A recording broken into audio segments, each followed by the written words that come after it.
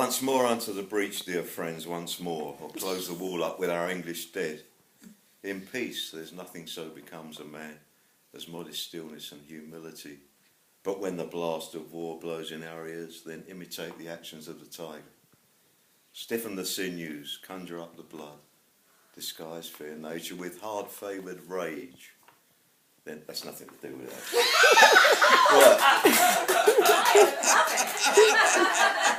I can carry on with that. Is that a Spice Girls track?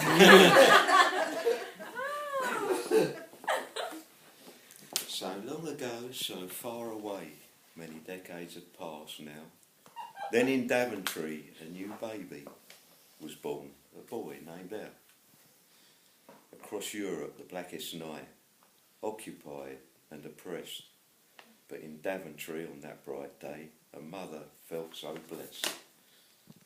A baby boy so small and pale, a bright star in the east. Rose she stared and scowled and glared, an ugly little beast. Al's dad looked on, proud and so pleased. Their firstborn brought such joy. The war was won, we beat the Hun, put a tin hat on the boy.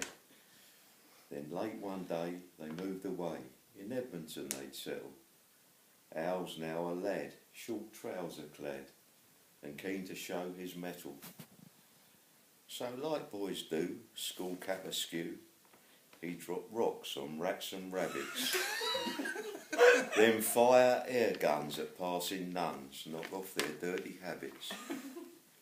And as he grew to pastures new, he'd venture to the river, to pick its lock, the River Lee, sang Ariel all a quiver.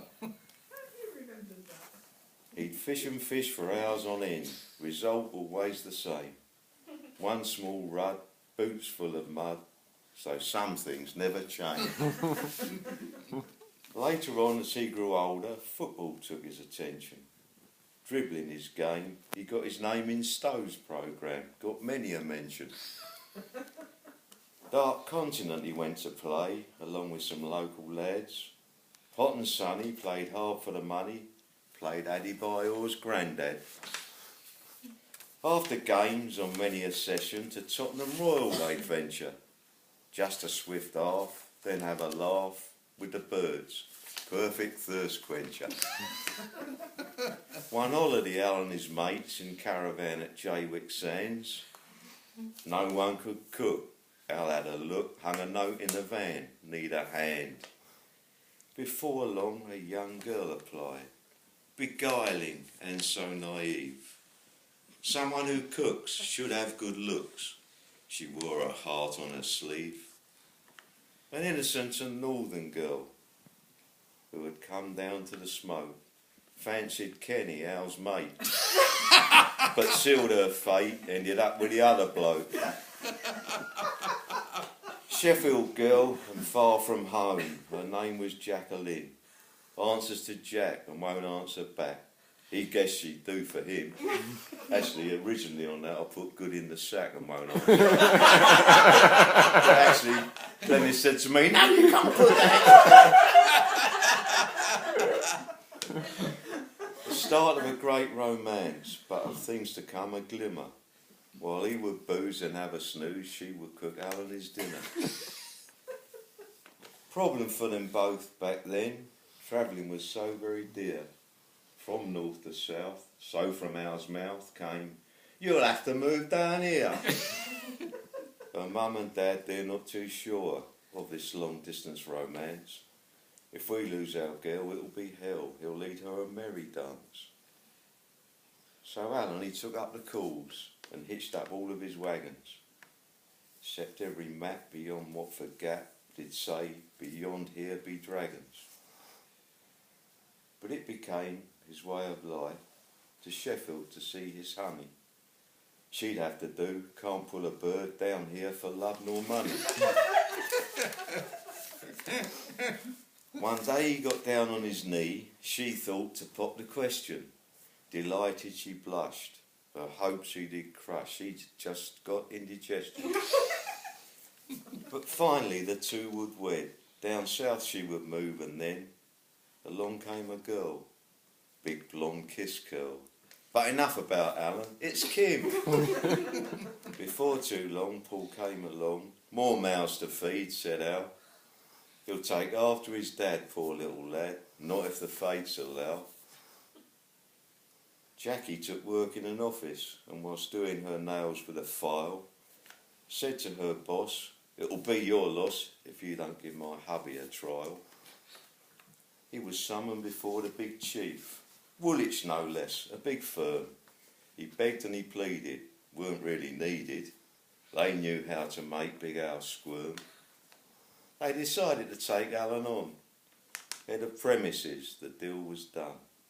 With his funny ways, he made all of their days longer and much less fun.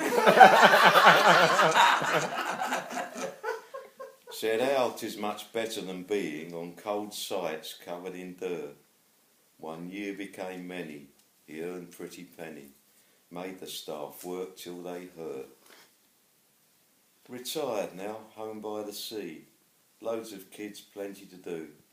Where did the years go? Look back on them so fondly, such great memories. When he looks in the mirror he sees, not what others see, fills him with joy, wrinkle-free skin, dimple in chin. Oh, I'm a bachelor boy. Others around him may age, but time, it has treated him kind.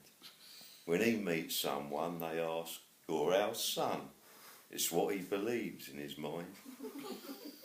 So whilst we fall into decay, he's got the secret, more yoga. Got a young wife, lives a clean life, goes to the gym for an ogle. At 70, most are infirm. Not him, for he can pump iron. Do 60 squats. Girls get the hots for him in his dreams, no denying. So roll on the next 10 years. Let life be what it will be. He's ready and able, still fancies Betty Grable. Blimey, he's got some memory. So drink up, the next one's on him. At 70 and not underneath. His eyesight is fair, he's got most his hair, just a shame about losing his teeth. That's it, mate.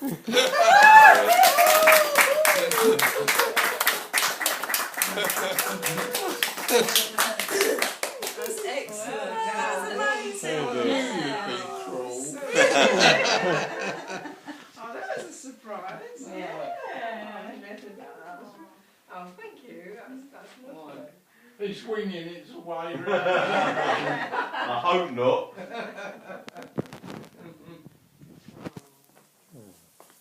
You did everything. There we go. Yeah. Oh, thank you.